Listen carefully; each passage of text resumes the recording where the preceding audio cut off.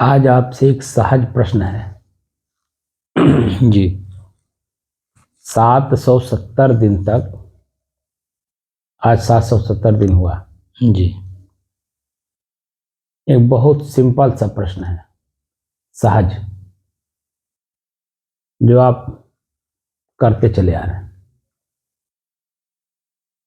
मन एकाग्र, स्थिर और शांत, ये जो 3 पॉइंट है, जी इन तीनों पॉइंटों के बारे में आपने आज तक ले क्या देखा, जाना, समझा, उसके बारे में कुछ आप बताइए। जैसे साहब, पहले से जो चंचल मन था तो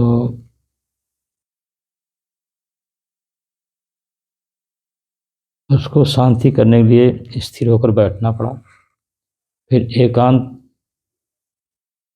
एकांत में स्थिर होकर बैठना पड़ा। उसके बाद मन को देखना पड़ा सांस के द्वारा, और स्थिर किया मन को सांस पे। फिर धीरे धीरे शांति का अनुभव किया। यही हमको मिला।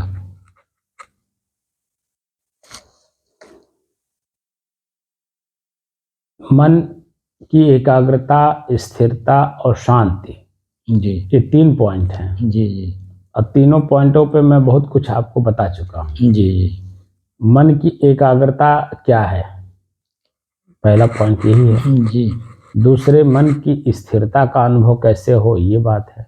जी अब मन स्वयं अपने आप में शांति का अनुभव कैसे करे, मैं इसके बारे में पूछ रहा हूँ। चंचल तो था ही, तो हम भी जान रहे हैं। चंचल था तभी तो साधना कर रहे हैं।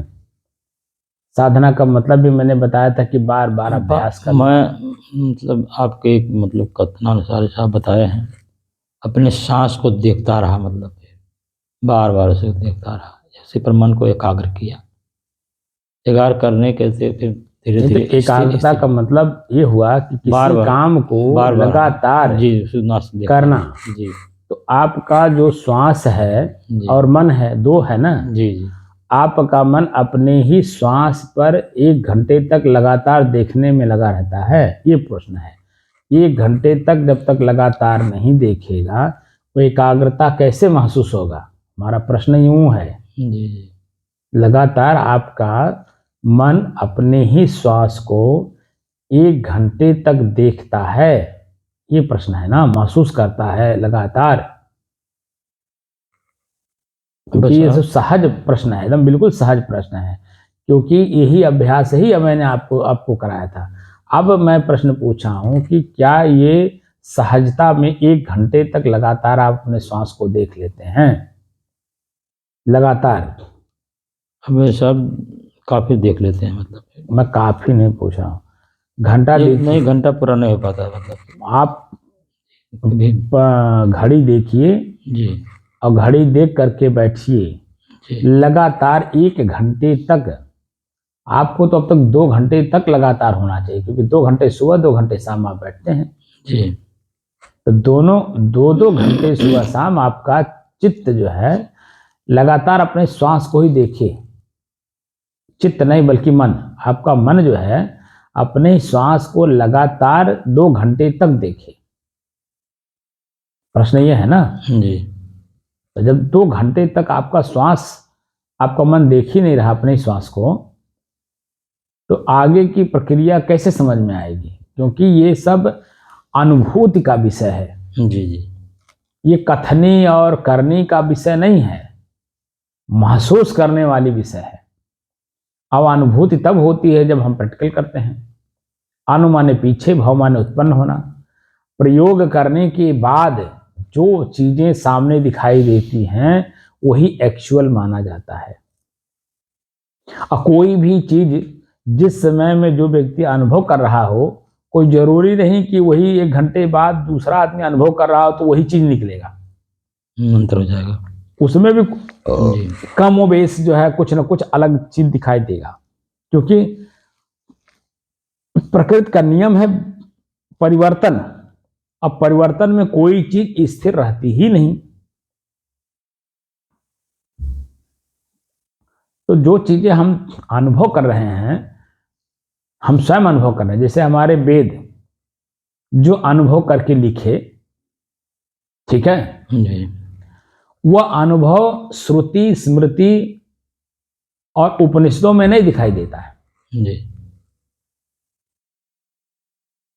हाँ, 95% चीजें मिलती जुलती हैं, लेकिन 100 के 100% इसलिए नहीं अनुभव हो पाता क्योंकि उस समय में जो प्रकृति की व्यवस्था थी, सामाजिक व्यवस्था थी, शारीरिक व्यवस्था थी, प्रकृति के नियमानुसार वो क्षण क्षण परिवर्तन जो होता जाता है, तो समय के अंतराल पे वो चीजें लुप्त होती चली जाती हैं। जी तो 5% 10% जो चीजें हैं वो दिखाई नहीं देती हैं, लेकिन यहाँ पर ये 100 के 100% आपको अनुभव होगा जो वेद हमारे कहते हैं। उस लेवल पे जब अपने आप को खड़ा करेंगे तब।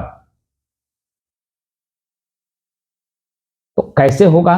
जो ईश्वर शब्द है, समझ रहे हैं, जी उसी का तो अभ्यास कर रहा हूं। जी बाहर लोगों ने कहा कि ईश्वर एक कोई शक्ति है, जी भगवान एक कोई शक्ति है। जी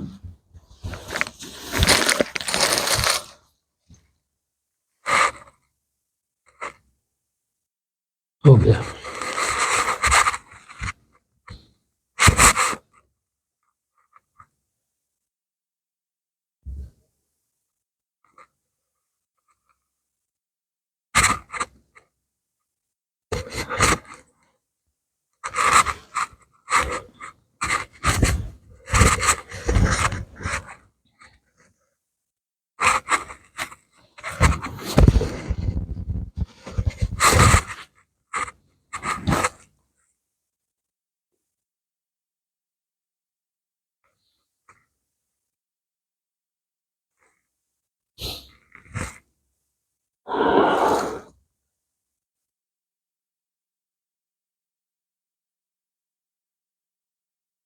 अपने ही चंचल मन को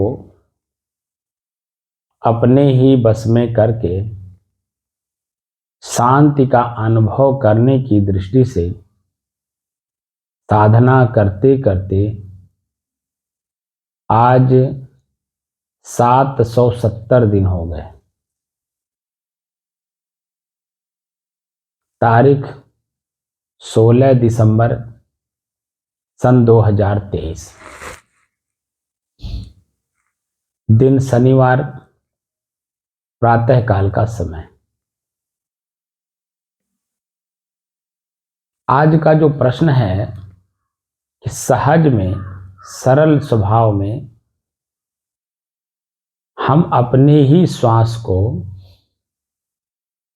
क्या 1 घंटे तक लगातार देख पाते हैं? क्या देख पा रहे हैं? क्योंकि हम साधक हैं।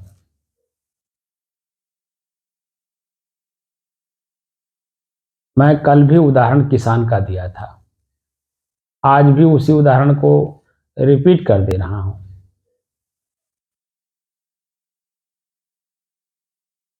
किसान जब मन में खेती करने के लिए सोचता है, खेती करने से लेकर फसल काटने तक अगर वो एकाग्र मन से नहीं काम करेगा तो खेत की जो रिक्वायरमेंट है क्या उसे पूरा कर मिलेगा? नहीं कर पाएगा। बोलिए। जी जब खेत का रिक्वायरमेंट आप पूरा नहीं करेंगे तो खेत से फसल आप कैसे लेंगे? बोलिए। जी और वह समय समय से होता है, और कहने से नहीं होता है, उसकी रिक्वायरमेंट पूरा करने से होता है। होता है नहीं होता है? जी तो आपका जो चित्त है वह भी एक खेत है, और खेत में हम पैदावार लेना चाहते हैं, मन प्रसन्नता का, आनंद का, सुख का, मोक्ष का, कैवल्य का, समाधि का। तो चित्त रूपी खेत का जो रिक्वायरमेंट है, आवश्यकता है, उसे हम समय समय से पूरा नहीं करेंगे तो क्या हमारा चित्त प्रसन्न मुद्रा में आएगा? बोलिए। नहीं आएगा। नहीं आएगा। और जो हम फसल काटना चाहते हैं मोक्ष का, क्या वो मिलेगा? नहीं मिल पाएगा।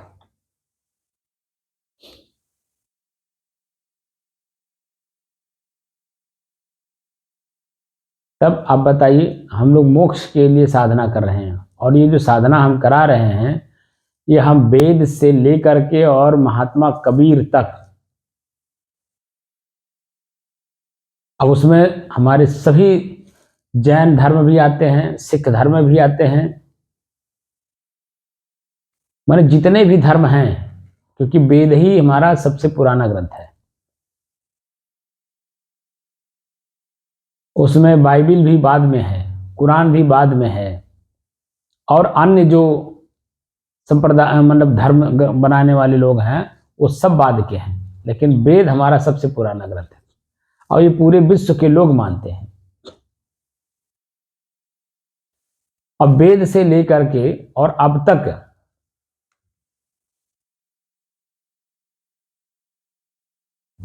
जो रिसर्च करने वाले हमारे ऋषि हैं, खोज करने वाले, मोक्ष का, कैवल्य का, समाधि का, रूह का, सोल का, जो खोज करने वाले लोग हैं, वह लोग अपने आप को उस लेवल पे ले जाकर के खड़ा किए हैं, स्वयं अनुभव किए हैं, और स्वयं के अनुभूति के आधार पर अपने लोगों के बीच में अपनी भाषा में वही बात बोल रहे हैं जो हमारा वेद अपनी भाषा में अपने समय में कहा है। क्योंकि समय समय से भाषा बदलता है, स्थान के भेद से बदलता है, राज्य के हिसाब से बदलता है, देश के हिसाब से बदलता है। और आपके यहाँ कहानी भी तो है, कोस कोस पर पानी और 3 कोस पर बानी, ये बदलता है कि नहीं बदलता? जी। 7 कोस पर है, बदलता है ना? जी। अब तो यहीं आप बस्ती में ले लीजिए, बस्ती में आपके देवरिया के लोग यहाँ हैं, मऊ के लोग हैं, आजमगढ़ के लोग हैं, गोरखपुर के हैं, महाराजगंज के हैं, अब यहीं आप अपने बस्ती के भी लोग हैं, यहीं गोंडा के भी लोग हैं, बलरामपुर के भी लोग हैं। आप यहीं देख लीजिए कि सबकी भाषा अलग अलग है कि नहीं? आपके अपने बस्ती में ही आप ले लीजिए। जी जी, सबकी अलग अलग है। हाँ, अलग अलग सबकी है। कभी कभी हम लोग समझ ही नहीं पाते क्या बोल रहे हैं। जी जी। लेकिन जब एकाग्र मन से, स्थिर मन से जब उनकी पूरी भाषा बात सुनते हैं तो समझ में आ जाता है क्या कहना चाहते हैं। जो कि हम लोगों, मेरा अपना व्यक्तिगत चित्त स्थिर है तो उस समय भी तो समझ में नहीं आती भाषा जो ये बोलते हैं जी। और जिसका चित्त स्थिर ही नहीं है वो क्या समझेगा, आप बताइए।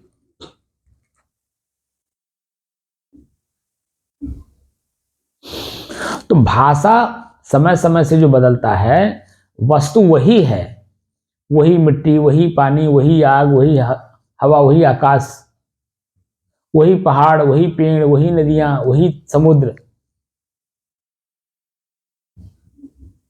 वही शरीर, वही रंग रूप, सब कुछ है।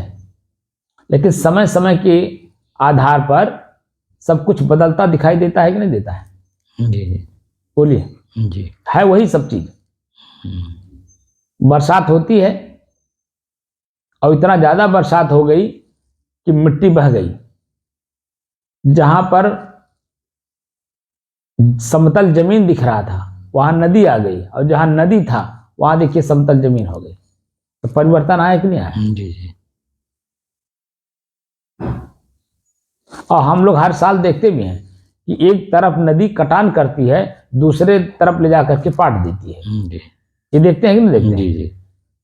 और इन सब चीजों को वर्तमान में देखने के बाद भी पूर्व का कोई चीज ज्ञान नहीं रहता, क्योंकि हम अपने दिल दिमाग में पूर्व की कोई बातें रखते नहीं, आगे के लिए बस खाली सोचते रहते हैं। तो पीछे की चीज जब तक आगे की चीजों से तुलनात्मक अध्ययन नहीं करेंगे, आगे की चीज पीछे की चीज और वर्तमान की चीजों से, आगे की नहीं, जैसे पीछे जो चीजें हमने देखा है और वर्तमान में जो वही चीजें हम देख रहे हैं, तो उसमें जब हम सामान्य रूप से जब अध्ययन करने लगते हैं तो जो भविष्य है वो भूल जाता है, वर्तमान में हम उसको सुधार कर लेते हैं। तो जो भूत में हम खराब काम किए थे वो भविष्य में वो हमारा काम सुधर गया, क्योंकि हम वर्तमान सुधार लिए, क्योंकि हम तुलनात्मक अध्ययन किए कि पीछे हम ऐसे बोले थे फलाने के साथ, और उसका जो प्रतिक्रिया हमें मिला था वो इस तरह से मिला था। इसीलिए हम शब्द जो बोलेंगे तो संभाल के बोलेंगे, सुधार के बोलेंगे, शब्द को देख करके बोलेंगे, क्योंकि शब्द में भी छिलका होता है, अर्थ होता है, और सामने वाला किस अर्थ में लेगा पता नहीं। इसलिए शब्द बोलते समय भी शब्द को तौल करके बोलने की बात आपके ऋषि महर्षि संत महात्मा बोले हैं कि शब्द संहारे बोलिए, शब्द के हाथ न पाओ, एक शब्द औषधि करे, एक शब्द करे घाव। है ना ऐसा? जी। तो जो मन है वो, मैं मन की भी व्याख्या किया हूं, चित्त की भी व्याख्या किया हूं, बुद्धि की भी व्याख्या किया हूं, और अहंकार माने कर्म का व्याख्या तो करी किया ही हूं। तो मन का मतलब होता है कि स्थिर न रहना, यानी एक बात अभी भूला नहीं, दूसरी बात पहले याद कर लिया, दूसरी बात भूला नहीं, तीसरी बात याद कर लिया, तीसरी बात भूला नहीं, चौथी बात याद कर लिया। मन का यही काम है ना। जी। और चित्त का काम है कि एक किसी बात को पकड़ लेना, अब पकड़ करके उस पर जो 6 प्रश्नवाचक चिन्ह हैं, क्या, क्यों, कैसे, कब, कहां और कौन, इन प्रश्नों को उस पर लगाना। जैसे किसी ने कहा आपसे कि साधना करिए, तो चित्त अपने आप में खोजता है कि साधना हम क्यों करें, तो उसका उत्तर अपने ही मन में मिलता है, मन की शांति के लिए। मन शांत करके क्या करेंगे? मन शांत करके क्या करेंगे? 2 प्रश्न हो गया कि नहीं हो गया? जी। साधना हम क्यों करें? मन की शांति के लिए। मन हम शांत क्यों करें, या मन शांत करके हम क्या करेंगे? क्योंकि जो परिवार है, समाज है, मन शांत तो उनको करना है जो साधु हो गए हैं, लेकिन हमारे पास तो परिवार है, समाज है, गांव है, देश है। ये प्रश्न आप ही के मन में उत्पन्न होगा जी। तो उसका उत्तर वो देगा कि अगर मन एकाग्र और शांत नहीं है तो आप अपने मन, चंचल मन से क्या बोल जाएंगे, क्या सोच लेंगे, क्या कर देंगे, कुछ पता नहीं है, और उसका दुष्परिणाम आपके सामने जब आएगा तो आप ही का मन पश्चाताप में डूबेगा। इसलिए एकाग्र मन, स्थिर मन और शांत मन से कोई भी काम सुनेंगे तो, बोलेंगे तो, करेंगे तो, अगर ये तीनों चीजें इसमें लागू किया जा रहा है तो सफलता जो आप चाहते हैं वही मिलेगा, जो आप चाहते हैं। लेकिन अगर एकाग्र मन नहीं है, स्थिर मन नहीं है, और शांत मन से सोच सोच करके अगर आप काम नहीं कर रहे हैं, क्योंकि उसमें व्यवधान आते हैं, अब व्यवधान बहुत छोटे मोटे, छोटे बड़े, सब कुछ, सब तरह के आते हैं। बात समझे? जी। कौन सा व्यवधान कब आ जाएगा कोई पता नहीं है। उन व्यवधानों को कैसे आप ठीक करेंगे अगर आपका मन शांत नहीं है तो, क्योंकि वो व्यवधान समझ में ही नहीं आएगा जब, क्योंकि चंचल मन है, क्योंकि स्थिर है नहीं। लक्ष्य के प्रति एकाग्र होना ही स्थिरता है, और उसी के जब तक वो लक्ष्य हमारा मिल ना जाए तब तक चलते रहना, और जो भी बीच में व्यवधान आता है वो लगता व्यवधान है, व्यवधान नहीं है, बल्कि आपका परीक्षण होता है, क्या आप अपने लक्ष्य के प्रति एकाग्रचित हैं। अगर एकाग्रचित होकर के काम कर रहे हो, बड़ी से बड़ी घटनाएं भी आपको सहन करने की क्षमता आ जाती है। बात को समझे? जी। जैसे हम ही लोग हैं, हमारे संत परंपरा, हमारे का मतलब हमारे संत परंपरा जी। संत परंपरा में जो भी लोग आते हैं, अगर हमारे गुरु सन्यास का दीक्षा देने से पहले सन्यास में कैसे रहा जाता है वह स्थिति अगर नहीं बना देते हैं, ठीक है, जी जी। देख देख कर, जान जान कर, समझ समझ कर, अगर वो नहीं इस स्थिति में लाके खड़ा करते हैं तो आगे चल करके वही शिष्य संत परंपरा में नहीं रह पाता है और अपने मन मानी जो है, जो उसका मन करता है वो कार्य करने लगता है। और जब वो कार्य करने लगेगा तो वो संत परंपरा में कहाँ रहा? जी।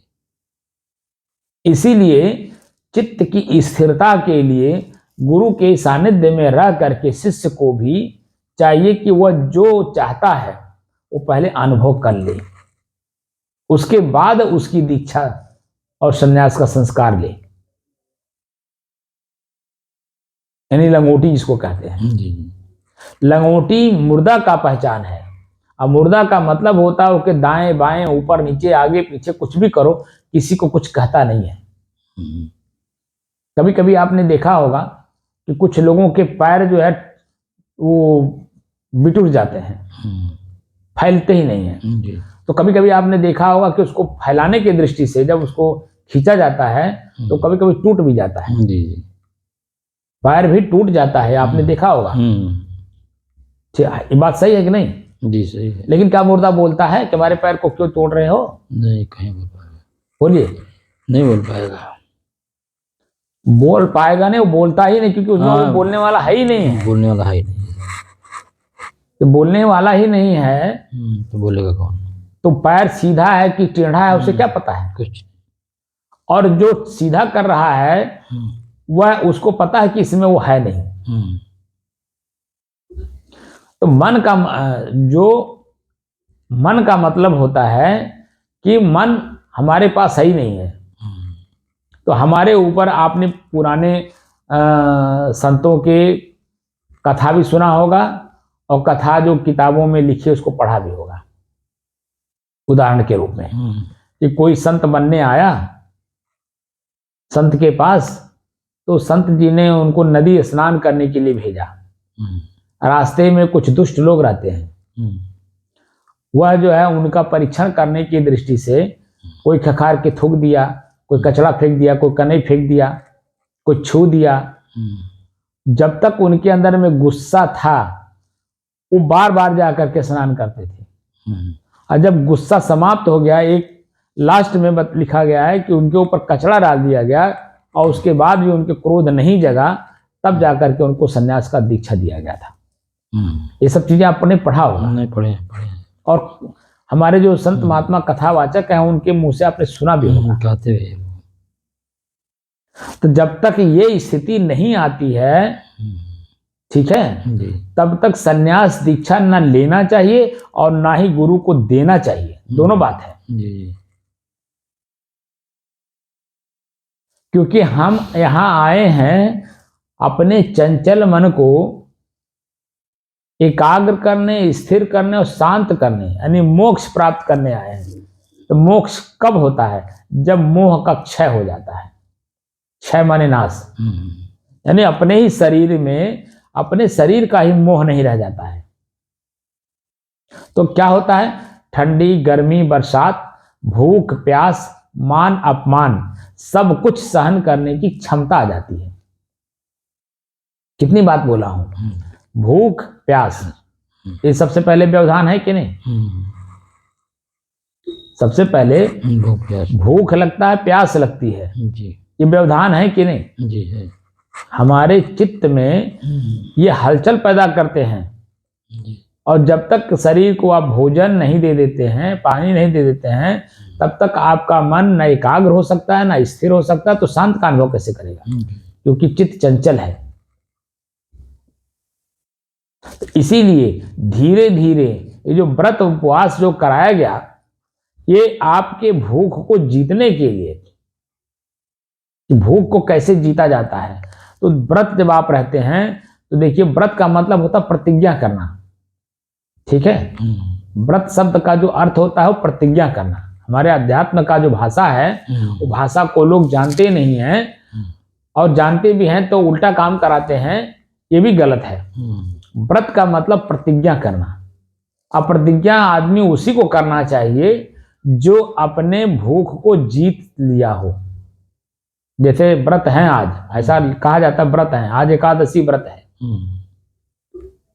तो एकादशी व्रत में क्या होता है कि भोजन नहीं करना है। तो भोजन नहीं करना है का मतलब क्या होता है कि आप कुछ भी नहीं लेंगे, ना फल लेंगे ना भोजन लेंगे, यानी पेट को खाली रखेंगे। तो क्या करेंगे, आप शरबत ले सकते हैं, गुड़ खा करके पानी पी सकते हैं, शरबत पी सकते हैं, उसमें नींबू, चीनी, काला नमक ये सब डाल करके आप एक शरबत ले सकते हैं, शिकंजी ले सकते हैं। आप फल भी नहीं ले सकते।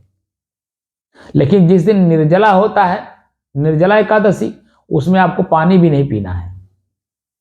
तो ऐसे एक एक करके धीरे धीरे जिताया जाता है अपने मन को ही, कि प्यास कितनों लगा रहे लेकिन कष्ट का अनुभव ना करे, चित्त चंचल ना होने पावे। भूख कितनों तगड़ा लगी हो लेकिन चित्त चंचल ना होने पाए। उसका मतलब होता है कि भूख जब लगा है तो आप कुछ भी विचार नहीं करेंगे, सामने जो पड़ जाएगा उसे खा लेंगे, उसे ग्रहण कर लेंगे। लेकिन जब चित्त स्थिर रहता है तो हम विचार भी करते हैं कि भोजन हमें लेना है, लेकिन वो हिंसकी ना हो, यानी उसमें मीट, मांस, मछली, समझ रहे हैं, अंडा, ये सब चीजें ना हो जिसमें हिंसा हुआ हो। तो हम अपने चित्त को जीत पाते हैं, चित्त स्थिर रहता है। तो भूख को जीतेंगे तभी तो चित्त स्थिर होगा।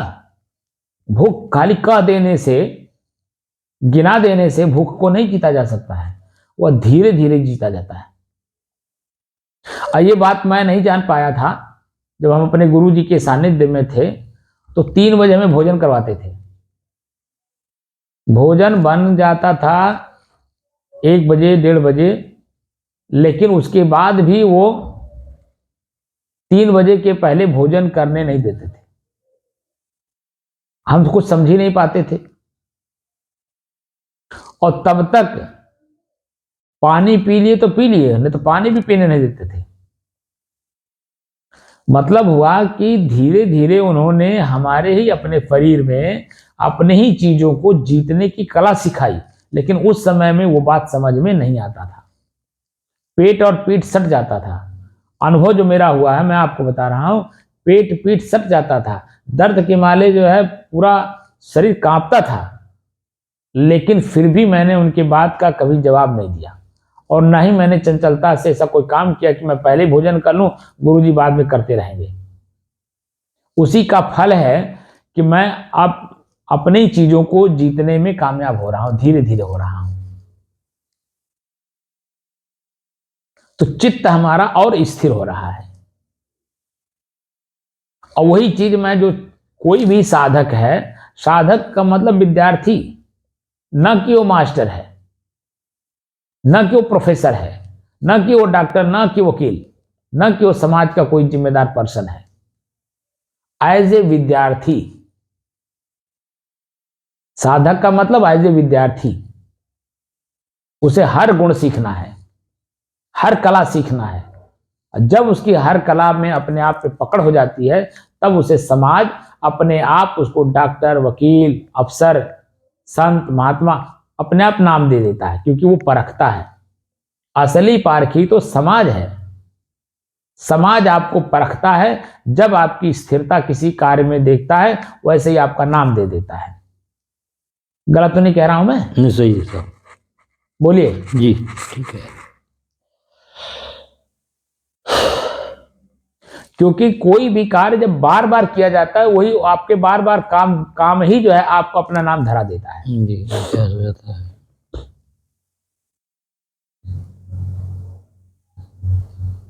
इसीलिए चित्त की स्थिरता में जो बाधाएं हैं, आपका अपना भूख, आपका प्यास, आपकी नींद, आपका आलस, आपका जमुहाई, ठंडी गर्मी, बरसात, सुख दुख का अनुभव, पाप पुण्य का अनुभव, ये सब व्यवधान है। चित्त प्रसन्न है, स्वर्ग में है, चित्त दुखी है, नरक में है। हमें न स्वर्ग की जरूरत है और न ही हमें नरक की जरूरत है। हमको चाहिए चित्त की स्थिरता। और चित्त स्थिर तभी होगा जब हम एक एक काम देखकर, जानकर और समझ करके मन की एकाग्रता, स्थिरता और शांत भाव में काम करेंगे तब। अन्यथा पहले की अपेक्षा आपका थोड़ा बहुत मन भले शांत हो जाए, लेकिन जो आप वास्तविक फसल लेना चाहते हैं वह आपको नहीं प्राप्त होगा। इसका मतलब यह हुआ कि वर्तमान समय में थोड़ा बहुत आपको अनुभव जरूर हो जाएगा, लेकिन जो जन्म मरण से आप मुक्त होना चाहते हैं वो नहीं हो पाएगा, फिर आपको जन्म लेना पड़ेगा। तो जो अभ्यास यहाँ बनाए हैं, ये अभ्यास आदत के रूप में पड़ा रहेगा, वो अगले जन्म में वो काम आता है। बस इतनी सी बात है। लेकिन मोक्ष नहीं होता है, यानी जन्म मरण से छुटकारा नहीं होता कि आपका पुनर्जन्म ना हो। अगर पुनर्जन्म ना हो, ये स्थिति में आप जाना चाहते हैं, तो चित्त की स्थिरता में आपको लाभ दिखाई देना चाहिए। यानी हर चीज पे मेरा अपना पकड़ हो, भूख पे, प्यास पे, नींद पे, आलस्य पे, जमुहाई पे, ठंडी गर्मी बरसात पे, मान अपमान पे, सुख दुख पे, सब पर हमारा पकड़ होना चाहिए और एक रस हम रहें। अभी जब 1 घंटा 2 घंटा नहीं कर पा रहे हैं, तो ये तो 24 घंटे वाला है, लगातार वाला है, कैसे कर पाएंगे? ऐसा हो पाएगा? संभव है? और करना आपको है, चाहे इस जन्म में करके कर लीजिए और चाहे 1000 लाख वर्ष जन्म लेकर के करिए, तो भी करना यही है।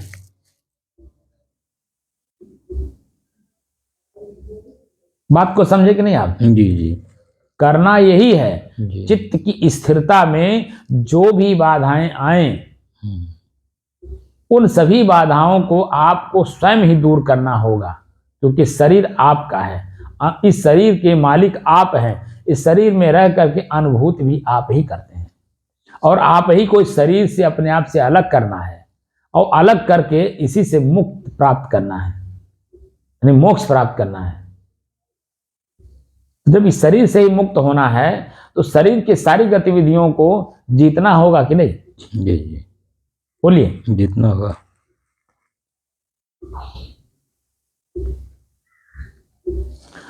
इसीलिए कहा जाता है कि जब तक मन चंचल है तब तक चेहरा दिखाई नहीं देता, और जब तक चेहरा दिखाई नहीं देता है तब तक मेरे चेहरे पे जो दाग लगा है वो हम छुड़ाएंगे नहीं जी। और छुड़ाएंगे नहीं तो हमारा चेहरा साफ होगा नहीं जी।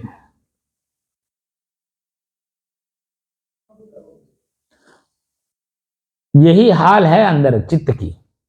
चित्त हमारा है चंचल, हम उसको देखना चाहते हैं, स्थिर करना चाहते हैं, तो बिना जो चंचल वाले कार्य हैं उनको छोड़े बिना हमारा चित्त एकाग्र स्थिर होगा कैसे? बात को समझ में आ रहा? जी जी। तो इसीलिए लगातार, जैसे प्राणायाम जो शब्द आया है, प्राणायाम का मतलब होता है ये प्राण आयु, प्राण आयाम, आना और जाना। तो प्राण को ही, प्राण वायु को ही तो देखना, वही तो ईश्वर है, वही तो श्वास है जी। श्वास को ही हमें देखना है कि हमारा श्वास कैसे चल रहा है। लगातार 1 घंटे तक हम उसे देखें तो चेतना में रहेंगे, ना उसमें नींद आएगी, ना आलस आएगी, ना जमुहाई आएगी। वहां मन शांत भी नहीं रहेगा क्योंकि देखने में लगा हुआ है। हाँ, स्थिर रहेगा।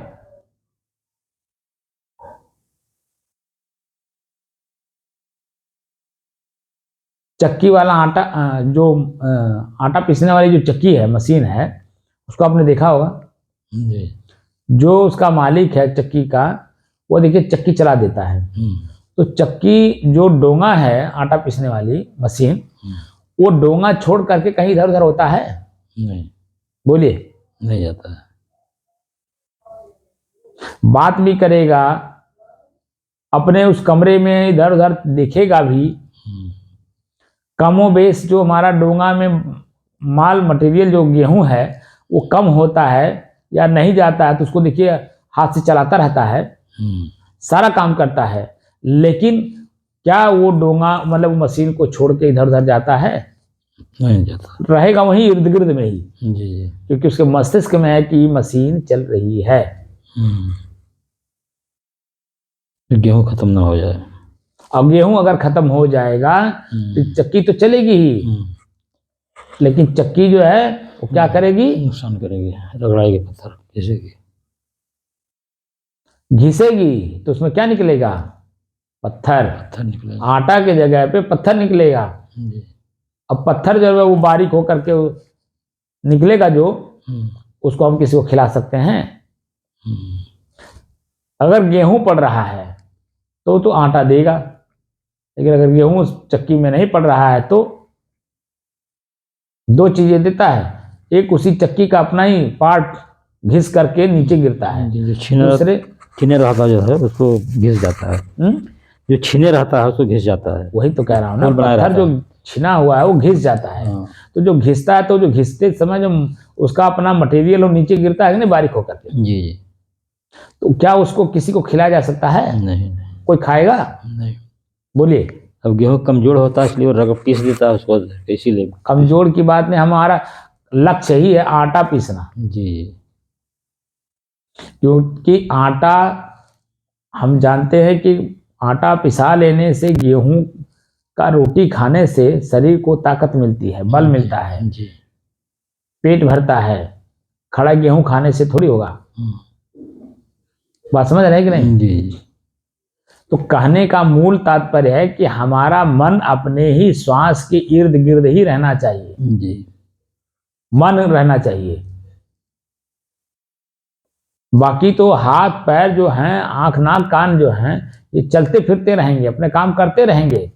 आंख देखने का काम करेगा, कान सुनने का काम करेगा, पैर चलने का काम करेगा, हाथ जो है जो करना है वो करने का काम करेगा। बात समझ रहे हैं? जी। मुंह है तो जीभ भी है मुंह में, तो जीभ बोलता भी रहेगा, लेकिन मन की एकाग्रता हमारी ये है कि उसी श्वास के इर्द गिर्द ही रहे। जब श्वास के इर्द गिर्द रहेगा तो हमें क्या बोलना है तौल के बोलेंगे, हमें क्या सुनना क्या नहीं सुनना है उतनी जरूरत, उतनी बात को हम अंदर ग्रहण करेंगे, सुनेंगे जितनी आवश्यकता है। अनर्गल शब्द को सुनेंगे ही नहीं, और जब अनर्गल शब्द को सुनेंगे ही नहीं तो मन चंचल होगा नहीं। मन चंचल होने का मतलब दुखी नहीं होगा, तो आपके प्रति या किसी के प्रति गलत सोचेगा नहीं, ना मोह होगा ना द्वेष होगा, दोनों स्थिति नहीं होगी, क्योंकि हम ऐसा शब्द सुने ही नहीं, ना मोह हो, ऐसा शब्द सुने ही नहीं कि जिससे हमें द्वेष हो। हम अपने आप पे शांत एकदम स्थिर हैं। ये सारी चीजें अपने आप नीचे गिरती चली जाती हैं, लेकिन जब आप ऊंचाई को समझेंगे तब, तो जितने भी खराब चीजें हैं वो अपने आप आपके जीवन से दूर होती चली जाएंगी, क्योंकि आपका चित्त स्थिर है और उस स्थिरता का अनुभव पूर्ण रूप से आपने किया है। इसीलिए कोई भी चीज उसमें आता है तो उसको पछोड़ देंगे। कि जितने भी धार्मिक शब्द हैं जो बोले जाते हैं, ठीक है, वो आपके चंचल चित्त को स्थिर, एकाग्र और शांत करने की दृष्टि से किए जाते हैं, कि चित्त में जो वृत्त पहले से बनी हुई है उसकी निराई हो जाए, तो चित्त अपने आप में साफ हो जाएगा। और चित्त अपने आप में साफ हुआ तो जो विकार है वो दूर हो गया, और वो जो अपना उसका अस्तित्व है वो सामने आ गया, झलक गया। कपड़े पे दाग लग गया है, ठीक है, मैल चढ़ गई है, तो हम क्या करते हैं, कपड़ा निकाल करके उसे पानी और साबुन से रगड़ करके धोते हैं कि नहीं? जी रे, हैं? जी धोते हैं, तो मैल छूट जाता है। और जब इससे मैल छूटता है वैसे ही आप प्रेस करा करके फिर शरीर पे अपने पहनते हैं कि नहीं? जी। क्यों पहनते हैं? आपका ही मन कहता है कि साफ है। जी। एक ही कपड़ा हम लोग कई साल तक पहन लेते हैं धो धो करके। जी। लेकिन एक ही कपड़ा अगर मैल चढ़ गया तो दुए दिन में हम निकाल करके फेंक देंगे, या तो हम उसको पहनेंगे ही नहीं। लेकिन जब धुल जाता है तो फिर वही पहनने का मन भी करता है। ऐसा होता है, नहीं होता? जी। तो आपका अपना ही मन जिस बात से दुखी है वह बात आपका सुख में बदल जाए तो फिर उस काम को करेंगे कि नहीं करेंगे? जी करेंगे। तो जो ये साधना हम करा रहे हैं, इस साधना में आपका चित्त, आपका मन तो पहली बात कोई एक बात से लेकर के दूसरी बात को सोचने ही ना पावे, वही एकाग्रता है। और चित्त जो है लगातार अपने श्वास को देखने में लगा रहे 1 घंटा, उसको एकाग्रता कहते हैं। और वो एकाग्रता में ही अपने आप स्थिरता है, क्योंकि लगातार आप देख रहे हैं, स्थिर है तभी तो देख रहे हैं। खड़ा होकर के देखना, कहते हैं बाबू ने यहीं खड़ा रहा बाव थे, कि मतलब कहीं जाना नहीं, यहीं रहो, भले बैठ जाओ कोई बात नहीं है, सो जाओ कोई बात नहीं, लेकिन यहां से कहीं जाना नहीं। ये बात कह करके हम लोग जाते हैं ना कहीं जी। और अगर वो वहां आने के बाद वो आदमी मिले ही ना तो हम लोग खोजते हैं कि नहीं खोजते हैं? और अगर वो आदमी मिल गया तब तो ठीक है, नहीं जब तक नहीं मिलता देखिए तब तक चित्त भयभीत रहता है कि नहीं रहता? जी, कहाँ से लगे क्या हुआ? वही चीजें यहाँ लागू है। आप जो चीजें खोजना चाह रहे हैं वो चित्त की स्थिरता है, और चित्त है चंचल, और चित्त स्थिर जब तक होगा नहीं तब तक मन में भय रहेगा ही। क्योंकि जो आपने देखा है, सुना है, किया है, बोला है, उसकी प्रतिक्रिया भी तो आएगी, वो तो भी लेना पड़ेगा। अब प्रतिक्रिया कैसी होगी मालूम नहीं, क्योंकि जो आप क्रिया की है उसी की प्रतिक्रिया आनी है। आपने गाली दिया है 1 तो प्रतिक्रिया के रूप में गाली ही मिलेगी, लेकिन सूद ब्याज सहित 10। तो मन आपका भयभीत होगा ही ना अपने आप में। गलत तो नहीं कह रहा हूं? नहीं, सही है साहब, बिल्कुल सही है। ये सब प्रत्यक्षम किम प्रमाणम, जो प्रत्यक्ष दिख रहा है वही प्रमाण होता है। जी जी। वही प्रमाणित हर, हमने कहा आपने उसे स्वीकार कर लिया जी। इसका मतलब है कि जिस लेवल पे मैं सोच रहा हूं उसी लेवल पे आपने भी सोचा, तब वो आपको चीजें दिखाई दी। जी। और दिखाई दी तो आगे बोलने का कहीं चांस नहीं है। तो कहां वहां द्वंद्व होगा किसी तरह का? वाद विवाद खड़ा होगा, क्योंकि समझ बढ़ गई, और समझ में वाद विवाद होता ही नहीं है। ना समझी में ही वाद विवाद होता है, और वाद विवाद में ही जो है कौन सी क्रिया कौन कर देगा कोई पता नहीं है। इसीलिए आपकी चित्त की निर्मलता ही सबसे बड़ी उपलब्धि है। अब वो जब चित्त एकाग्र, स्थिर और शांत होगा तभी तो निर्मलता समझ में आएगा, स्वच्छता समझ में आएगा। इसीलिए ये जो साधना हो रही है, इस साधना का सबसे बड़ा फल है कि हमारा पुनर्जन्म हो ही ना। और जब पुनर्जन्म नहीं होगा तो दुख सुख का अनुभव कौन करेगा? जब शरीर नहीं रहेगा तो अनुभव कैसे करेंगे? क्योंकि शरीर एक साधन है हर चीज का अनुभव करने के लिए, और शरीर आपके पास रहेगा ही नहीं, आप अपने आप में स्वतः रहेंगे। स्वरूप स्थिति, आत्म स्थिति एक ही चीज है, एक ही पॉइंट को कहते हैं। आप शेष बचे रहेंगे बस, और कुछ नहीं रहेगा। जैसे रात में नींद का जो मैं उदाहरण देता हूं, आपके अलावा वहीं आपका कोई अंग काम करता हो तो बताइए? स्थूल शरीर काम करती हो, सूक्ष्म शरीर काम करती हो, दोनों में से कौन काम करता है नींद अवस्था में? एक को नहीं करता, क्योंकि शेष कारण शरीर अपने आप में बचा है बस, और कुछ नहीं है। आपके शरीर को हिलाता डुलाता भी है कोई, आपको पता भी नहीं रहता। जी जी। आपके किसी भी अंग को कोई दूसरा व्यक्ति छू रहा है, आपको कुछ पता है? क्योंकि आप नींद में हैं। जी। लेकिन जब स्वप्नावस्था में आते हैं तो हल्का सा भी आपके ही अपने शरीर पे कपड़ा भी अगर टच करता है तो आपको अनुभव होता है कि कोई टच कर रहा है। जी। और जब आँख खोल करके देखते हैं तो कहीं कोई आदमी नहीं रहता है, आपका अपना ही कपड़ा टच हो रहा है महसूस होता है, आंख से देख लेते हैं, मन का शंका दूर हो गया, फिर निश्चिंत हो गए। तो कुल मिला करके हमारे चित्त में जो वृत्त पहले से बनी हुई है उसे ही निकाल देना है। तो हमारा जो कारण शरीर यानी जो स्वतः मैं हूं वही शेष बचूंगा बस, और कुछ नहीं। बाकी मैं हूं के बीच में जो कुछ भी है सब खाली करना है। और खाली करने के लिए अगर संतों का सानिध्य आप नहीं लिए तो आप कभी नहीं कर पाएंगे, संभव ही नहीं है। नहीं, सही है सर। और संयोग अच्छा है जी कि एक संत के सानिध्य में आप साधना कर रहे हैं, जी ये तो आपके लिए प्लस पॉइंट है। जी जी या हमारे इस वीडियो को जो देख रहा है, सुन रहा है, उसके लिए भी एक बहुत प्लस पॉइंट है कि वो कम से कम संत की वाणी सुन रहा है, किसी विद्वान की वाणी नहीं सुन रहा है। विद्वान तो शब्द जाल में वो स्वयं उलझा हुआ है और आपको भी उलझा देगा। संत जो है किसी चीज में उलझे नहीं रहते हैं, न शब्द जाल में न संसार जाल में, किसी जाल में नहीं रहते हैं। वह तो बस अपने आप में रहते हैं बस।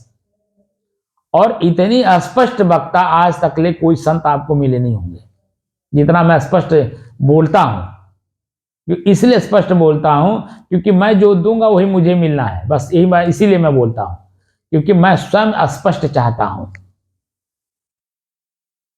इसलिए मैं स्पष्ट बोलता हूं, क्योंकि मैं निर्द्वंद रहना चाहता हूं। न अपने मन में हम छल कपट आने ही नहीं देना चाहते, इसीलिए स्पष्ट बोलता हूं। और जब तक स्पष्ट बात कान में जाता नहीं है, हमारा मन मस्तिष्क यानी चित्त संतुष्ट होता नहीं है, और संतुष्ट हुए बिना चित्त की स्थिरता समझ में बात नहीं आएगी, क्योंकि चंचल हो जाता है। इसीलिए अनेकों प्रकार के समाज में किताबें हैं। अगर चित्त को स्थिर करना है तो सारी किताबों को छोड़ करके एक किताब को आपको पढ़ना होगा जो धर्म ग्रंथ है। और धर्म का मतलब होता है स्वभाव। चित्त का स्वभाव ही है, मन का स्वभाव है चंचल होना, चित्त का स्वभाव ही है स्थिर रहना। और चित्त अपने आप में स्थिर रहना चाहता है, आप उसको चंचल किए हुए, क्योंकि मन के अधीन है। तो मन को अपने बस में करना है अगर है तो धर्म के ग्रंथ तो पढ़ने ही पढ़ने हैं, साथ साथ उसे प्रैक्टिकल भी करना है, यानी अनुभव भी करना है। तो अनुभव जन्य संत मिलेंगे तभी तो जी। इसीलिए मैं कह रहा हूं कि आपको एक अनुभव जन्य संत का सानिध्य मिला हुआ है। जी जी। और वह भी एक शब्द पे नहीं, हम सभी शब्दों पे आपको वही बात बोलते हैं जो सभी महापुरुष एक ही बात बोले हैं जी। एक ही पॉइंट को, लेकिन थोड़ा भाषा अलग उनका है। जी। अरे कोई पानी कहता सीधा कह दिया, जो हम लोग पीते हैं, हम लोग पानी मांग करके तो पीते हैं, जी। वाटर नहीं कह करके पीते हैं, पानी कह करके पीते हैं, भैया जरा एक गिलास पानी दे दीजिए। वही भाषा वही बात बोलता है अंग्रेजी में, प्लीज गिव मी वाटर। समझ रहे क्या? भाषा का अंतर होता है, कार्य वही होता है। इसीलिए मैं आप लोगों को शब्द का भी बात बता देता हूं कि किसी भी शब्द का मतलब वही होता जो आप जानते हैं, बशर्ते यह है कि आप अपनी ही चीजों को नहीं जानते, इसलिए दूसरे को भी नहीं समझ पाते। जो व्यक्ति अपने किचन को समझ जाए, दूसरे के किचन को समझने में जरा सा भी देरी नहीं लगेगा। किचन मतलब हमारा शरीर, हमारे शरीर में मटेरियल है, बहुत सारे मटेरियल हैं, लेकिन हम अपने मटेरियल को जानते नहीं, तो दूसरे के मटेरियल को कैसे जानेंगे? आंख हमारे पास है, एक मटेरियल है, कान हमारे पास है, एक मटेरियल है, जीभ हमारे पास है, एक मटेरियल है, लिंग हमारे पास है, वो मटेरियल है, शरीर के सारे अंग मेरे हैं, ये मटेरियल है, और मैं इनका पका कर खाने वाला।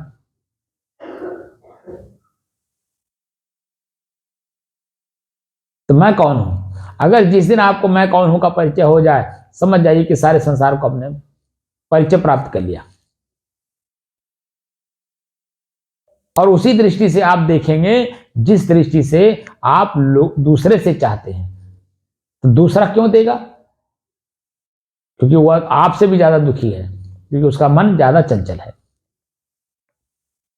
इसलिए आपको स्वतः अपनी चीजों को दूसरे को देना है, और जिसको उसका लाभ मिलेगा वही आपको 10% ब्याज के साथ आपको लौटाएगा।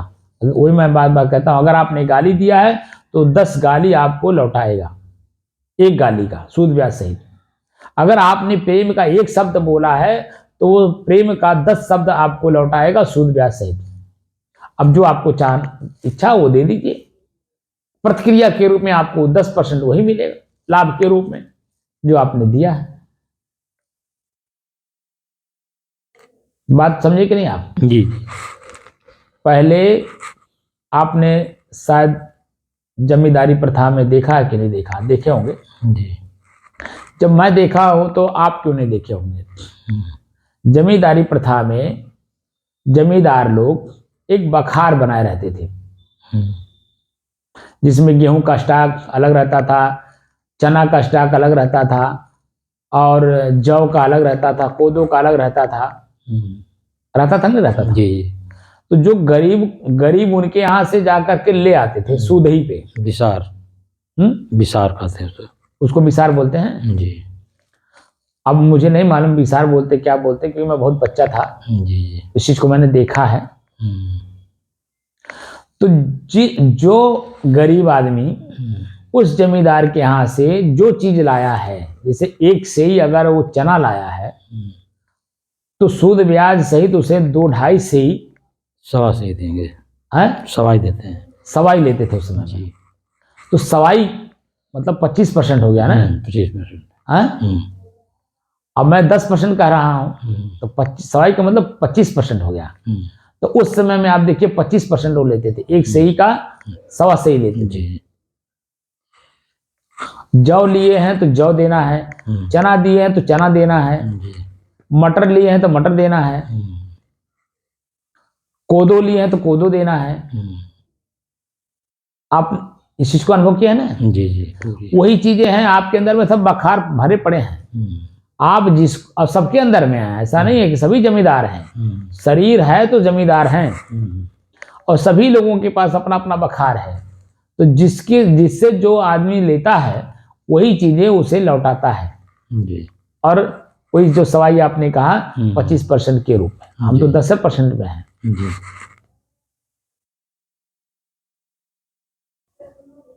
तो मेरे कहने का तात्पर्य यह है कि आप जब स्थिर रहेंगे, ठीक है, स्वयं अपने आप में स्थिर रहेंगे, तो आपको अपने ही वस्तुओं का प्रयोग कहाँ करना है, जैसे आंख से देखना है तो कहाँ क्या चीज देखना है, क्यों देखना है, कब तक देखना है, ये प्रश्न लगाएंगे। ठीक है कि नहीं? कान से सुनना है तो किसकी बात को सुनना है, तो कितना सुनना है, किस रूप में सुनना है, सुनना भी है कि नहीं, ये स्थिरता में आपको समझ में आएगा। तो आपकी अपनी वस्तु जो है उसका प्रयोग करने में आपको आनंद आएगा, और उसी का परिणाम आगे चल करके आपका चित्त और स्थिर होता जाएगा। और अगर आप ऐसा नहीं करते हैं तो चंचल तो पहले से है ही है, और भी चंचल हो जाएगा, क्योंकि आप अनर्गल बातें सुन लिए। जैसे औरतें हैं, वो अपने काम को नहीं देखती हैं, ना अपनी बात को सुनते हैं, दूसरा कोई क्या बात कर रहा है उसको कान लगा के सुनती हैं। इस बात को कभी आप केयर किए हैं कि नहीं? जी। हैं? जी। वो मानसिक रूप से इसीलिए तो बीमार रहती हैं, वो दूसरे के शब्द को सुनती हैं। दूसरे के शब्द को सुनने की क्या जरूरत है? अरे भाई, मुंह उसका है, चित्त उसका है, मन उसका है, बोल करके अपने चित्त को चंचल कर रहे हैं, तो सुन करके आप अपने शांत चित्त को क्यों चंचल कर रहे हैं भाई? मनुष्य भी तो वही सब करते हैं साहब। मैं इसीलिए तो कह रहा हूं, जैसे उनका एक स्वभाव है, दोषी वही थोड़ा। और ऐसा स्वभाव अगर आप बनाते हैं तो आप भी औरत से ऊपर थोड़ी हैं जी। तो आपका चित्त चंचल हुआ, दुखी किसका चित्त होगा? जो देखेगा करेगा। तो फिर वही तो मैं कह रहा हूं, तो आप सुख भी चाहते हो और दुख निकालना भी चाहते हो, तो कैसे होगा? तो स्वतः जब जानेंगे तभी तो निकालेंगे। मेरे ये सब उदाहरण देने का मतलब है जनाना, जी जी, आपको समझाना, बताना कि मेरा कर्तव्य है, और उस तरह से कार्य आप ना करें कि जिससे कि आपका चित्त चंचल हो। जी।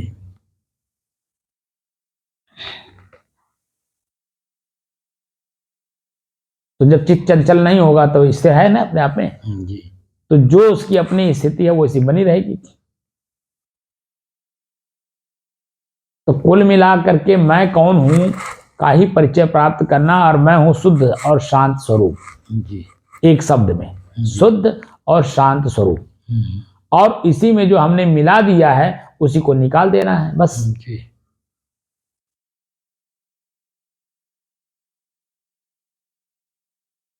और जिस दिन वो निकल गया, आपका ये मानव जीवन सार्थक सिद्ध होता है। अगर ऐसा आप नहीं करते हैं तो निरर्थक का निरर्थक ही रह जाएगा। तो अंतिम में ये जो शरीर है, छोड़ते समय कष्ट तो होगा ही होगा, फिर पुनः जा करके अगला जो जन्म लेंगे, क्योंकि प्रकृति के विरुद्ध काम हमने किया है, तो प्रकृति आपके विरुद्ध कार्य कर देगी, यानी कोई न कोई अंग भंग करके आपको जीवन भर दुखी कर देगी। आपको जो शरीर आज सुडौल है, शुद्ध है, शरीर में कोई किसी प्रकार का दिक्कत नहीं है, ना अंग भंग है, वो अगले जन्म में नहीं रह जाएगा, क्योंकि आपने इसका दुरुपयोग किया। तो प्रकृति, जैसे मैंने उदाहरण दिया था कि आप किसी से पैसा लीजिए और समय से ना लौटाइए, तो उसके मन में क्या होता है, और जिस भाव से और जिस समय से आपने लिया है, उसी भाव से उसी समय के पहले अगर लौटा देते हैं, तो वह व्यक्ति का चित्त देखिए कितना प्रसन्नचित्त रहता है, और ये कहता है कि भैया और जरूरत पड़ेगी तो ले लीजिएगा। कहता है कि नहीं कहता है? कहता है। लेकिन जब आप देर करके देते हैं तो आइंदा के लिए कहेगा, मतलब भाई कि ये बात कहीं कहता है, वो तो मन में लिए रहता है कि अब इनके दोबारा कोई चीजें नहीं पा सकते, अवॉइड करेगा, है ये नहीं है, कुछ नहीं। हाँ, अवॉइड कर जाएगा। तो ऐसे प्रकृति भी तो है जी, क्योंकि प्रकृति आपको सुंदर शरीर देती है बचपन में जी, लेकिन अंत में जब आप प्रकृति को लौटाते हैं तो इसको दुखी करके लौटाते हैं, तो फिर आपको कैसे तो देगी वही सुंदर शरीर। जन्म भी हो तो ऐसे जगह ले जा करके पटकती है प्रकृति कि जहां मानव का दूर दूर से कोई लेन देन नहीं है। जैसे बिच्छू है, आप मानव जीवन में दूसरे के पैर में टांग अड़ाए हैं, तो देखिए वहां भी वो बिच्छू बन करके आप रहेंगे, विषैला सांप बन जाएंगे, गोजर बन जाएंगे, चींटी बन जाएंगे, चीटा बन जाएंगे, क्योंकि जन्म मरण का जो मूल कारण है उसको आपने ध्वस्त किया ही नहीं। तो जन्म वाला तो काम वैसे रह ही गया, जन्म होता रहेगा, मरण होता रहेगा, सुख दुख का अनुभव करते रहेंगे, आपका मोक्ष नहीं होगा, मोह का क्षय। तो कुल मिला करके जो आज का जो प्रश्न है, मन लगातार 1 घंटे तक अपने श्वास को देखे, तब इसका परिणाम आगे चल करके आपको इसका मिलता जाएगा। चेतना जब तक आप बैठे आज के बाद, जी, शाम को जब भी बैठिए, सुबह बैठिए, तो लगातार चेतना में रह करके श्वास को देखिए। घड़ी देख, एक बार घड़ी देख लीजिए और घड़ी देख करके अपने श्वास को देखना शुरू करिए। लगातार कितने मिनट तक आपका अपना ही मन श्वास को देखा, इधर उधर नहीं कोई बात याद किया, और जैसे याद किया तैसे फिर घड़ी देख लीजिए कि क्या मिनट हुआ, तो देखेंगे कि 5 मिनट भी नहीं ठहरने देता है, और घंटा तो दूर की बात है, क्योंकि आप लोगों ने इतना चित्त को चंचल कर लिया है, कर्म कर करके, आंख से देख के, कान से सुन के, पैर से चल के इतना चंचल कर लिया है कि उसे एकाग्र करने में आपको बहुत समय लग जाएगा। सही सही साहब। वो तो समझ जाइए कि पूर्व जन्म का कुछ इतना बड़ा पुण्य था जी साहब कि हमको बचपन में ही 5 साल की अवस्था में ही एक ही चीज मिल गया कि बुढ़िया माई मेरे सामने ही मरी, हमें भेली खिलाई, मुझे ही गोद में उठाई। हम लोग 5-7 बच्चे थे, लेकिन मुझे ही गोद में उठाई। वो सीन हमको भूलता नहीं है, और उसको मैंने जलते वक्त तक देखा हो। मैंने घर में वो जो भेली खिलाई, वही 1 घंटे के बाद मर गई, और वहीं से लेकर के और शमशान घाट तक मैं उसके साथ गया। छोटा था, 5 साल का था, और जलता हुआ मैंने उसको देखा है। घर तक लौट के आया हूं मैं, और बार बार उसकी स्मृति आती है, और वही मुझे अपने अंदर में खोजने का मौका दिया, आखिर कौन था उस शरीर में। अभी वो जिंदा थी तो हम लोगों को देखो बुला करके वो मुंह धोई है, चुमा ली है, भेली खिलाई है, ठीक है। और उसके बाद फिर हम लोगों को खेलने के लिए छोड़ी, और जैसे अभी घंटों नहीं बीता तब तक वो लेटी पड़ी है, लोग उसी के इर्द गिर्द रो रहे हैं। मैं उसके शरीर पे जाकर के उसको जगा रहा हूं, दादी उठो, दादी उठो। दादी उठी नहीं रही, बोलिए।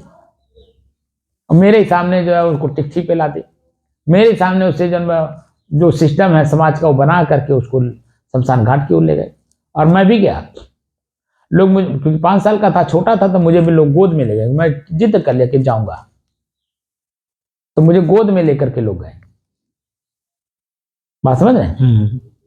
और वहां जाने के बाद वहीं पास में बैठ करके मैं देख रहा हूं कि कैसे टिक्की बनाई जा रही है, कैसे लकड़ी पहले आधा रख लिया जाता है, उसके ऊपर रखा जाता है, उसके ऊपर और लकड़ी रखा जाता है, वो मैं सब देख रहा हूँ। और सब मन में मेरे वही भाव आ रहा है कि कैसे इसके ऊपर रख लकड़ी रख रहे हैं।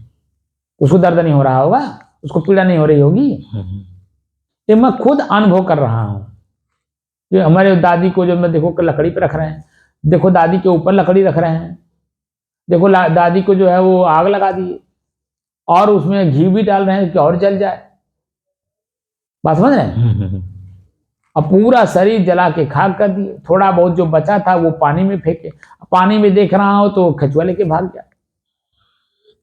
जो मांस का टुकड़ा थोड़ा था बचा था शरीर का, वो जैसे ही पानी में डाले तो कछुआ लेके भाग गया। अब बताइए, ये सब प्रश्न मेरे सामने है, मैं अपने आंख से देख रहा हूं, मेरे अंदर में खुद प्रश्न उठा, तभी तो इस चीज को खोज रहा हूं कि आखिर वो कौन था उसमें भाई। जी। जब तक था तब तक उसका हाथ चल रहा था, जब तक उसमें वो था तब तक जो उसका पैर चल रहा था, उसका दिल, दिमाग, आंख, कान सब काम कर रहा था। और उसके अपने ही एक आदमी कौन था कि जिससे निकल जाने से ना हाथ काम कर रहा, ना पैर काम कर रहा, ना आंख काम कर रहा, कोई अंग ही नहीं काम कर रहा, एकदम शून्य हो गया। अब कोई दूसरा उसको हिला रहा है तो वो हिल रहा है, उसको उठा रहा है तो वो उठ रहा है। ये प्रश्न मेरे अंदर में स्वयं जागृत हुआ, तब मैंने इस चीज को खोजने का प्रण किया कि आखिर वो कौन था।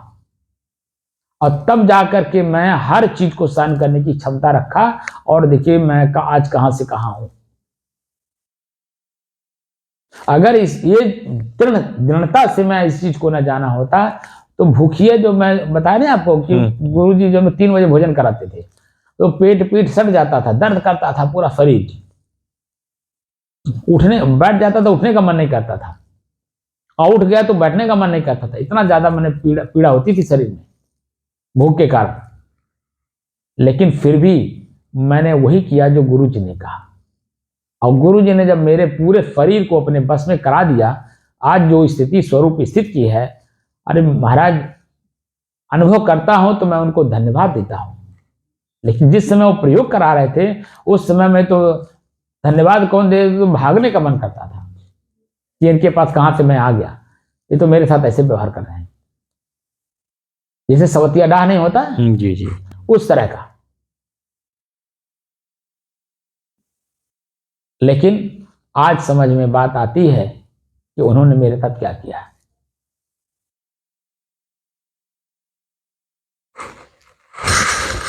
मेरी अपने ही अंदर की वासना को मारने का काम उन्होंने किया है,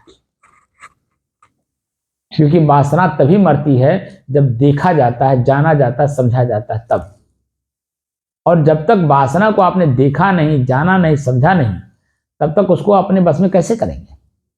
ये भूख भी आपके वासना में ही आती है, क्योंकि इच्छा जागृत करती है।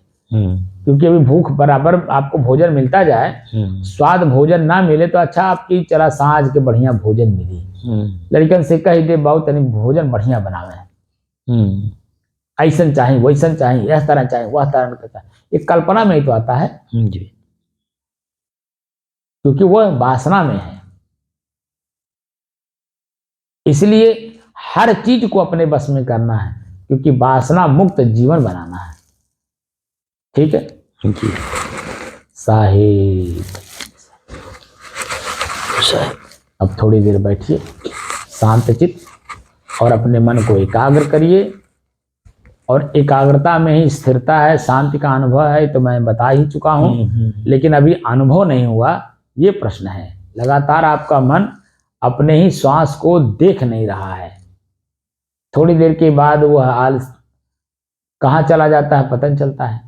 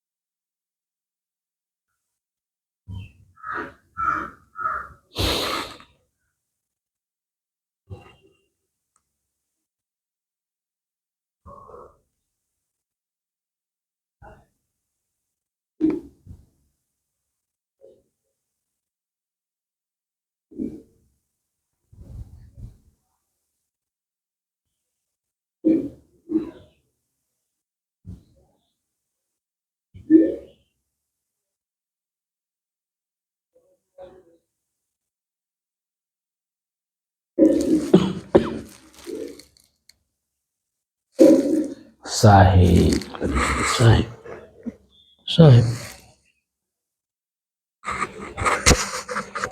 बंद कर दिया।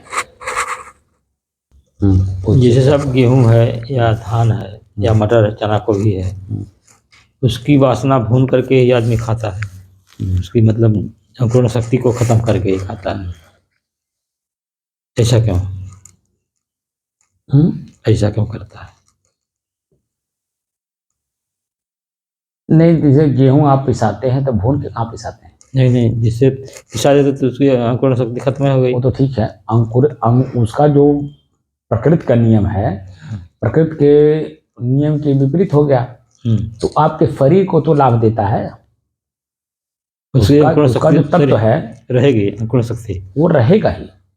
इसीलिए मनुष्य को मतलब मन बनता है अन्न खाने से। नहीं नहीं, अन्न की बात नहीं है, शरीर प्रकृति है। तो प्रकृति की अपनी सारी चीजें समय समय से सब लागू होती है। आप अन्न ना खाएं तो भी क्या आपके शरीर में उत्तेजना नहीं होती है?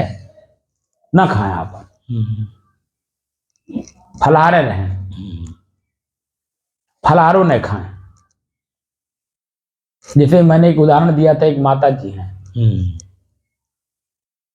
ठीक, अब वो स्वामी क्या नाम था उनका, योगानंद जी। स्वामी योगानंद जी ने जो अपनी जीवनी लिखी है, उस जीवनी में उन्होंने उनका वो उदाहरण दिया हुआ है कि वह माता 67 ईयर्स में उन्हें मिली थी और 12 साल की, मान लीजिए 13 साल की अवस्था में ही, जब उनके शरीर का उम्र 13 साल था, उस समय में उन्होंने पानी और भोजन दोनों त्याग दिया था। और 67 साल की अवस्था तक वो जिंदा थी। उनको जब उनकी मुलाकात हुई तो 67 साल की अवस्था थी, ठीक। तो 67 साल की अवस्था तक मैंने 13 निकाल दीजिए, 67 साल में 13 निकाल दिए तो 54 साल हो गया। 54 साल तक उन्होंने ना पानी पिया ना खाना खाया, तो क्या जिंदा नहीं थी? तो सब आदमी बिना पानी पिए जी सकता है? मैंने उदाहरण तो मैं आप दे रहा हूं, उदाहरण तो है, साफ सही है, लेकिन तो ये प्रश्न करने की जरूरत नहीं है। वह स्थिति आपकी नहीं आई है, इसलिए मन प्रश्न कर रहा है। अच्छा, जब वो स्थिति आ जाती है तो मन अपने आप ही खत्म हो जाता, प्रश्न कहां से करेगा? क्योंकि मन बना हुआ, क्योंकि पानी बिना हम रह ही नहीं पा रहे। अभी जरा सा भी प्यास लगती है, तुरंत अरे बेटी जरा एक गिलास पानी देना।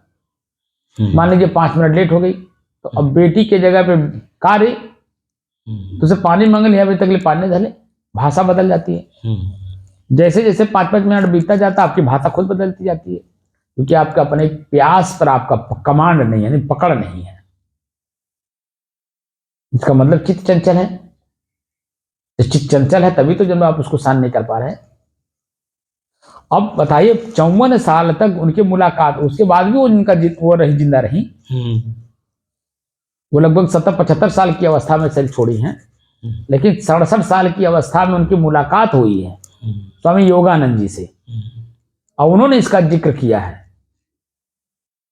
मैं इस पॉइंट पे इसलिए इस बात का जिक्र कर रहा हूं कि ऐसे बिरले लोग मिलते हैं, और उस बिरले में हम लोगों को जाना है। हम लोग जो कार्य कर रहे हैं वो बिरला का काम कर रहे हैं, आम घास आदमी की तरह नहीं। बिरला स्थिति किसी की बनती है इस तरह की। और जो मैं भाषा बोल रहा हूं, कोई बिरले बोलता है। जैसे हमारे वेद बोल गए हैं, हमारे उपनिषद बोल गए हैं, हमारे शास्त्र बोल गए हैं, वो रिसर्च है, खोज है, पॉइंट टू पॉइंट खोज है, वो लोग वो बात को कह गए, और उसी बात को मेरा कर्तव्य है कि हम बोलें।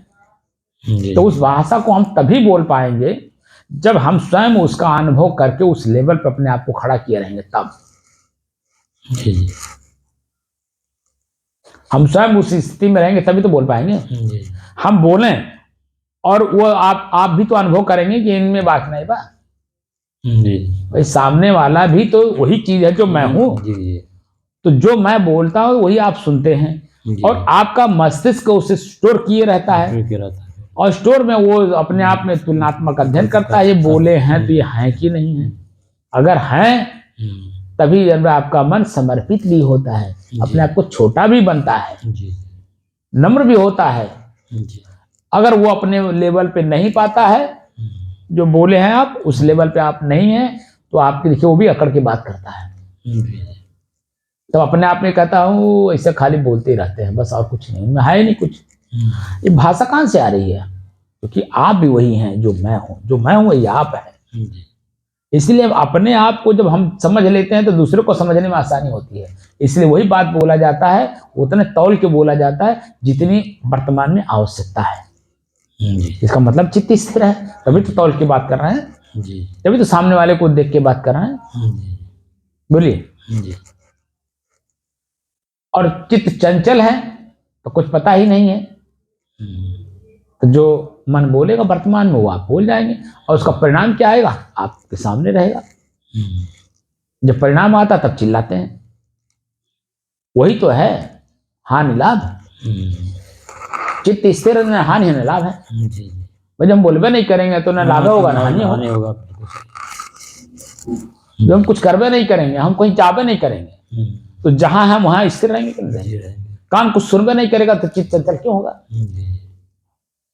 इसीलिए सब कबाड़ जितना अंदर में भरा पड़ा है सबको खाली करना पड़ता है। तो खाली करने का तरीका होता है समय समय से। जो 10 दिन का कैंप लगाने की बात मैं कर रहा हूँ, वो 10 दिन में भी कुछ होता नहीं है, बशर्ते ये है कि 10 दिन में कम से कम उसका चित्त जो चंचल है, अरे कैसे बैठा, अरे 10 दिन कैसे रहा, वहां मोबाइल नहीं चलाई मिली, वहां बात नहीं करे मिली। जो मन में शंका है प्रैक्टिकल करके देखो, जब लास्ट में 10 दिन के बाद निकलना तो सारा अपने प्रश्न में गायब हो जाता है। वो जो प्रश्न आपका पहले है तो भाई 10 दिन में कैंप में रहना है तो 10 दिन वहां से निकल नहीं सकते, 2-2 घंटा बैठना है। तो चित्त जो चंचल से, वो महात्मा जी भी लास्ट वाले आए थे, जो पहले वाले आए थे देखो उन्होंने 16-16 घंटा साधना किया, तो कुछ अनुभव करके गए क्योंकि चित्त स्थिर हुआ तब। और ये जो दूसरे वाले आए ये बीच में भाग गए। खाली मेन बात हमारा वीडियो ने बनाई। आप वीडियो क्यों नहीं बनाए भाई? हम कैसे आपका सुधार करा पाएंगे? जब हम आपके गलती को देखेंगे और आपके गलती को एहसास कराएंगे, आप खुद अपने गलती को एहसास करोगे तो अपने आप ही अपनी गलती को आप सुधार करोगे। मैं गुरु पद पर बैठा हूं, आप शिष्य पद पर हैं, तो गलती हम नहीं अगर आपको बताएंगे, जनाएंगे, निकलवाएंगे तो कौन कराएगा? तो भाग गए तो उनकी चंचलता तो ज्यों की त्यों ही बनी रही। संत परंपरा में आ गए, संत के कोई भी भाषा बोली रहन सहन कुछ है नहीं। 20 साल हो गया, कह रहे थे 20 साल हो गया। हाँ वही कह रहा, साधु के भेष में आए 20 साल हो गया, और 45 साल की उम्र है उनकी। 25 साल की अवस्था में वो साधु जीवन में आए, 20 साल हो गया। अब आप बता दीजिए उन्होंने क्या सीखा? सीखने तो आए थे यहाँ पर। नहीं, वहां 20 साल में क्या सीखा? तो जो 20 साल में सीखा वही तो यहाँ 5 दिन में तो हमको दिखा के चले गए। और आपके सामने ही अब बोले थे हम 15 दिन कम से कम रहेंगे। नहीं 15 दिन तो 10 दिन तो रहेंगे। 10 दिन 15 दिन रहेंगे। 10 से ऐसे उन्होंने बोला 10 से 15 दिन। हमने कहा कंफर्म करिए, तो उन्होंने कहा 10 दिन तो हम आपको देंगे ही। हमको देने की बात कर, हमने कहा कि हमको देने की जरूरत नहीं है, आप अपने लिए कितना दृढ़ है, काम आपको करना है, तो दृढ़ता कहाँ आई? ऐसे लोगों को समाज कोई जिम्मेदारी कैसे देगा? जैसे महंत बनना चाहते हैं इसी आश्रम का, तो वो जो महंत है वो इनसे कई गुना समझदार है ना, क्योंकि वो करके देख रहा है, वो प्रैक्टिकल कर रहा है। कैसे आपको जिम्मेदारी तुरंत दे देगा? क्योंकि आप बात का बतंगड़ बनाते हो, ये मैंने 2-5 दिन में देख लिया। मेरे ही प्रश्न मैं जो बोल रहा हूं, मेरे ही सुनने के बजाय मेरे सुन करके तुरंत उत्तर दे रहे हैं, तो क्या समझे आप?